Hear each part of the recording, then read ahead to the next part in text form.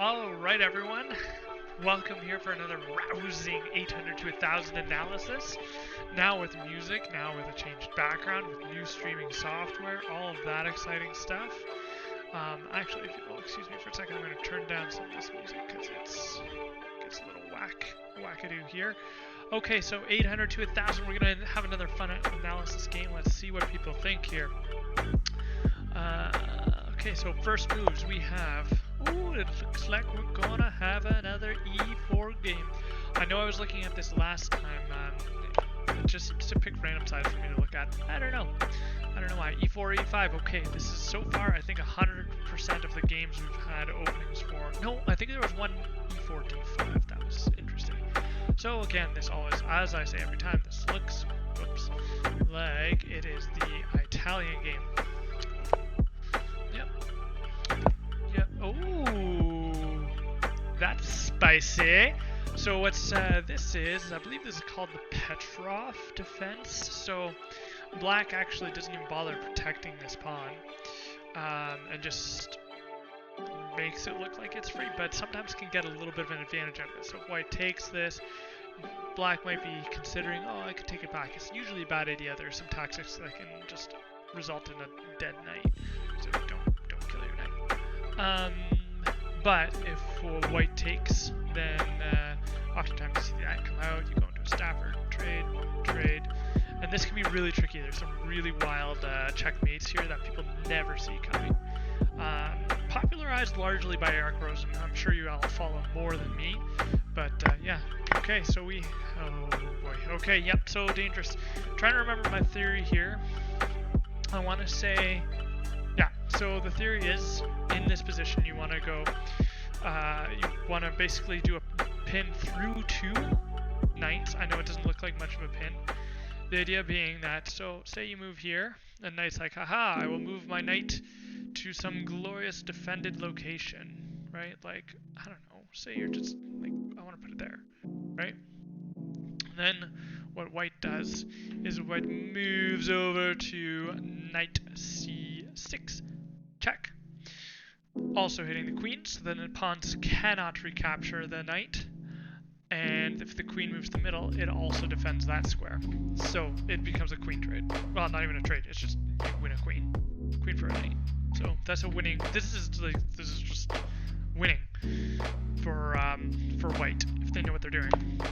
Okay, so here we have a trade, not necessarily the worst in the world. The problem with a move like this is that if black does decide to trade, you're basically committed to using one of your pawns to defend it. You're doubling up your pawns, which means you can have a bit of a weaker game. I mean, you will have the open files, which might be nice, but you don't have necessarily the pawn structure you'd like to have.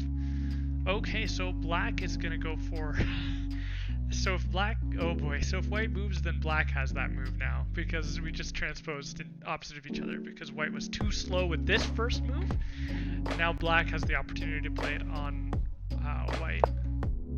Oh no. Oh, please tell me he does it. Please do this. Oh, such a lost opportunity. It would have been a knight and a queen for a knight. Oh, my soul, it hurts. It hurts to see things like this. I swear, guys. Okay. Jeez, that's just winning. Okay. Yep. Oh, my goodness. That hurts so much. Okay, so now you have this move, which threatens the queen and the knight and defends your knight. It's just a beautiful move. This is the move that, well, except for now the bishop is not defended, so not so beautiful. I mean, you do have that. You can't move diagonally with those pawns. But I don't really love any of that. I mean, this knight's already defended, so you don't really need to worry about it too much. No, you do, because I'm an idiot. Attack twice. Okay, so yeah, defend that knight. Step one, defend the knight. How are you going to do that? Well, this pawn we've already decided is an error. This one is acceptable. Kind of weakens this side, so you're probably going to end up castling the opposite way. You could just get rid of it, then you have no problem there. Might be the best solution here. Oh no.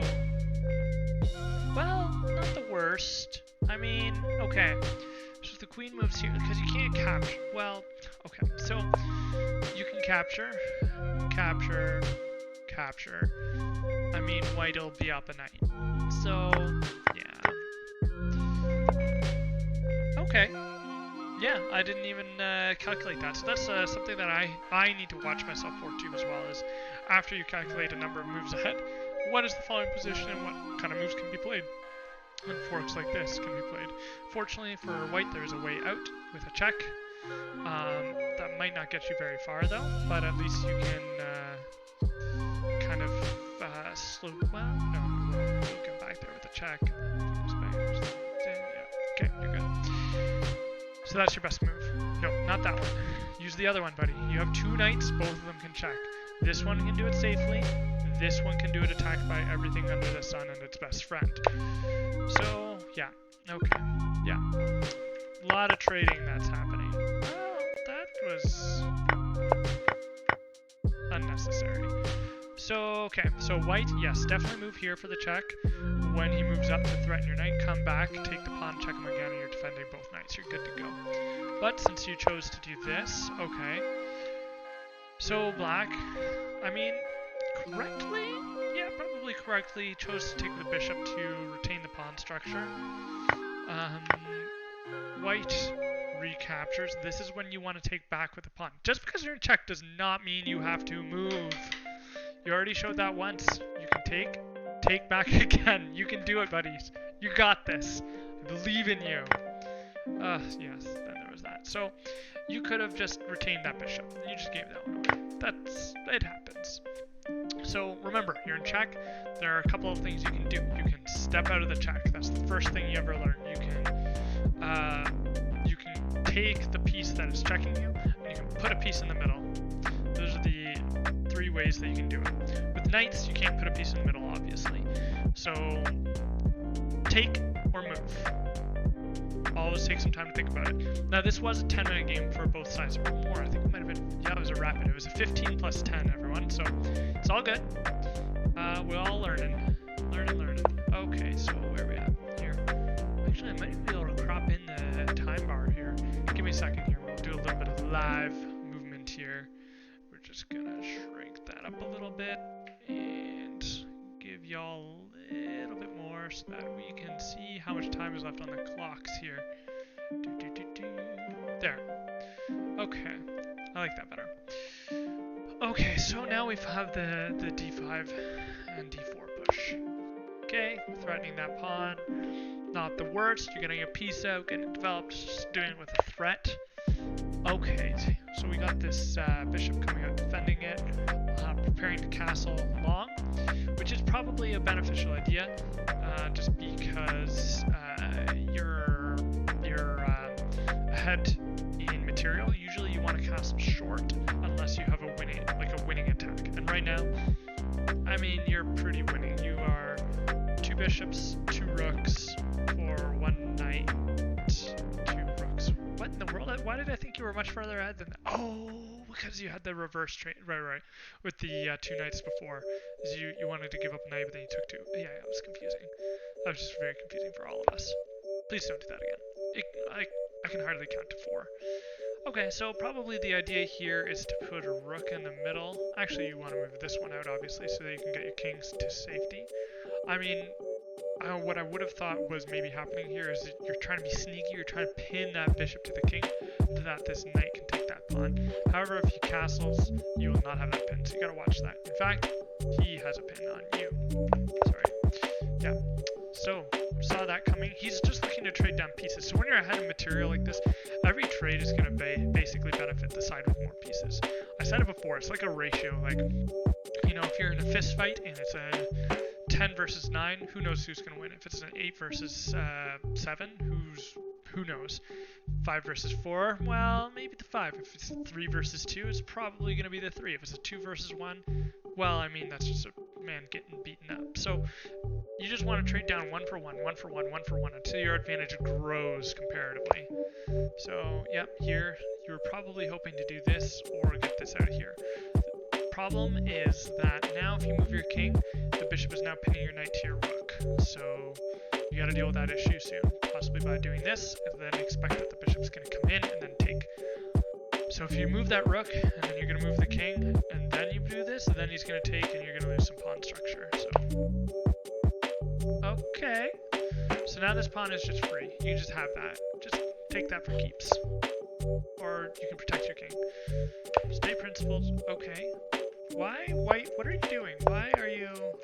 What is all of this movement here? You're just not sure where you want your bishop? I mean, this bishop was nice there. It was looking and targeting everything. I mean, you know you're going to get kicked out. But in worst case scenario, you can trade it off. It's fine. You're wasting his pieces time. Okay. Unpinning. Don't take this way.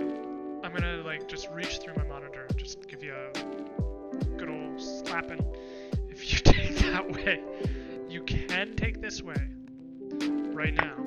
Okay, now you can. So, see, that's the issue that I was mentioning earlier. Since you moved the king out of the way, you did not have the king to defend that pawn. Now you got this weird, wonky-looking pawn structure that looks like they're trying to, like, I don't know, have a chicken fight. You know when people, like, ride on each other's shoulders and, like, fight each other? I think that was, like, a chicken fight. I don't know, I was a kid once. We did those things. It was fun. It was great. Okay, so, yep, targeting the weak pawn, always good. These ones are safe, as are these ones, and sort of, well, now this one is safe, so target the only weakness right here. Now, the weakness is over here. Don't just move over there. Okay. So, I mean, those one-move threats are going to be a problem, because you can just move back. And, like, I mean, you could just do this all day. And then at some point, he's going to realize he can just push that pawn, and then everything is defended. So, in fact, you could do that now.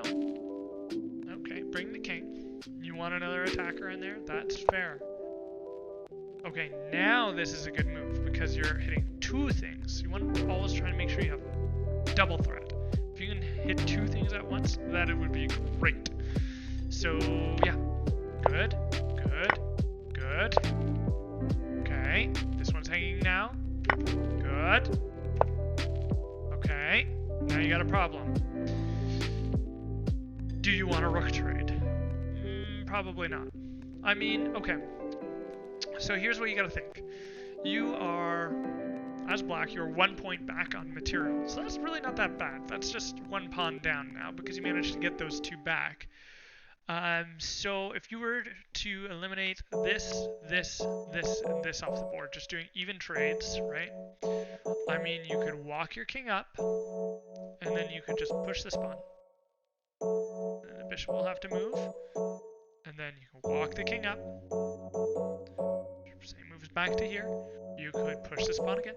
Trade, trade. All of a sudden, this is gone, and you have these two that can just march to the end. And all they have is a bishop that can stop it, and a king. The king won't be able to do it on his own. Two pawns and a king versus a king. Ain't no king gonna stop. It's just not gonna happen. So at some point, this bishop would have to sacrifice itself on one of these pawns. This is a pass pawn. Defended pass pawns too. They're great. So they could potentially try and push on this side to win, but it might be difficult. So keep that in mind. Okay. Just do, okay, yeah. So the problem is when you did all of this, you gave up this pawn now. So that was the advantage you had. You lost it with check. Here we go. You're going to lose another pawn. And another pawn. Yeah. So, see the problems that are happening here? If you'd had that trade, you would have still had several pawns on the board, and you would have been able to protect it, walk your king in, and then win that fight. I think they say if you trade one rook off, you have better drawing chances. If there's two rooks on, there's a much stronger chance of being checkmated, especially at this level where people may not know the really complex checkmates, or, you know, they might be only comfortable with checkmating with two rooks or a rook and a queen. Okay. Yep. Okay. Losing that pawn. Okay. So this is where, when I see a move like that, that's when I start monitoring how many squares my king has to move. So I suddenly notice that this is gone and that's gone. We know that's not available, that's not available. That bishop is blocking this. Your king is locked into these four squares, right? If this rook comes down, you can take these two away. And then it's just a matter of getting rid of a handful of squares, right? So, for example, putting that piece there, well, that one would give one back, or two. So, something to keep in mind. Maybe they go here, here. Who knows? Maybe you come down with the other rook and you can just walk it into a finish. Just keep an eye on it. There's not an easy quick checkmate here, but it's coming. You don't need to defend that bishop. That bishop is already defended. If he trades off, you just win. You would get this pawn, you have a pile of rooks. Like, this king is not going to stop it. Don't worry about defending it. You'll be okay.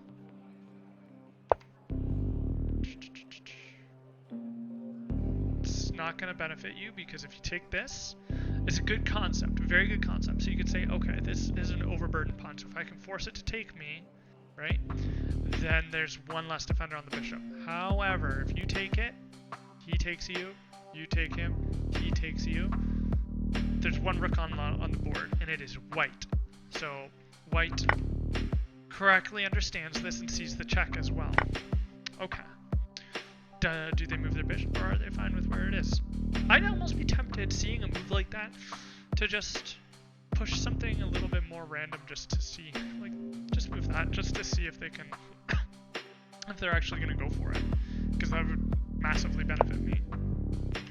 Okay, not doing it. Interesting. Interesting, okay. So again, here, here, here. Okay, might be giving up a bit of advantage, white. Keep that in mind. I probably, if I were you, I would have considered putting that in the middle with check, and then worried about moving a piece up. That way you're disconnecting the rook from the defense of this square. Blah! You guys didn't see where we ended up there. Okay, so we were here. Okay, c4. I don't know why you didn't just capture. I think black has a bit of a blind spot for being able to take, like, capture a piece with a pawn when you're in check. Okay. Again, watch these squares. Right? So we know that we cannot go here, here, here, here, here, and here. These are all blocked with the king.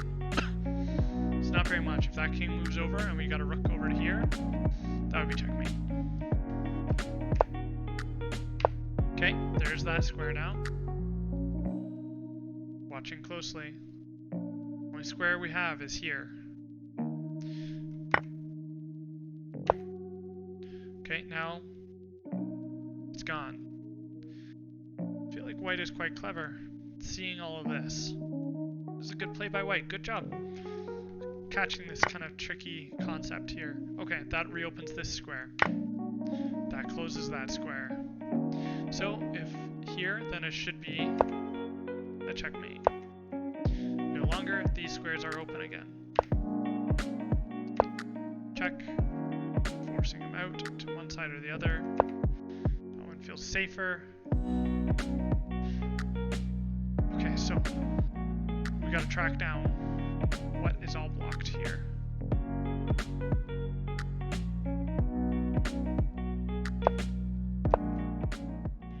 Okay.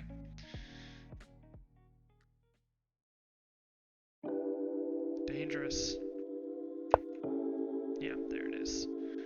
So taking away the last square. Now, really cool checkmate by white. Tons of props. I'm really impressed. You know, I said some people aren't comfortable with more than a 2-rook checkmate. Well, this is a pretty creative checkmate. In the middle of the board, you know, pretty creative. Props to you. Very good game. Certainly, I would say that the very beginning, just the highlights for me. Okay, this would generally be kind of a blunder because of this. That is an even worse blunder because of that. And that, well, I mean, even here you could have recovered it through just capturing. But knowing that it would be just an even trade, With this, definite blunder. This is a win for black, without a doubt. Okay, so we have that.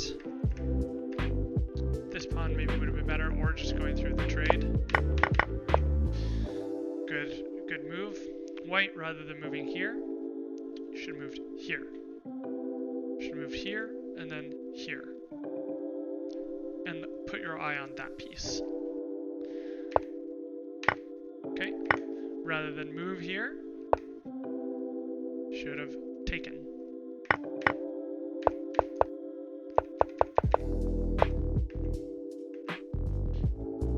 Should have taken and pushed that pawn if he came back. Okay. Here was the chance to equalize. Right here. Once you grab these, we'll go through with this trade, and then just defend this,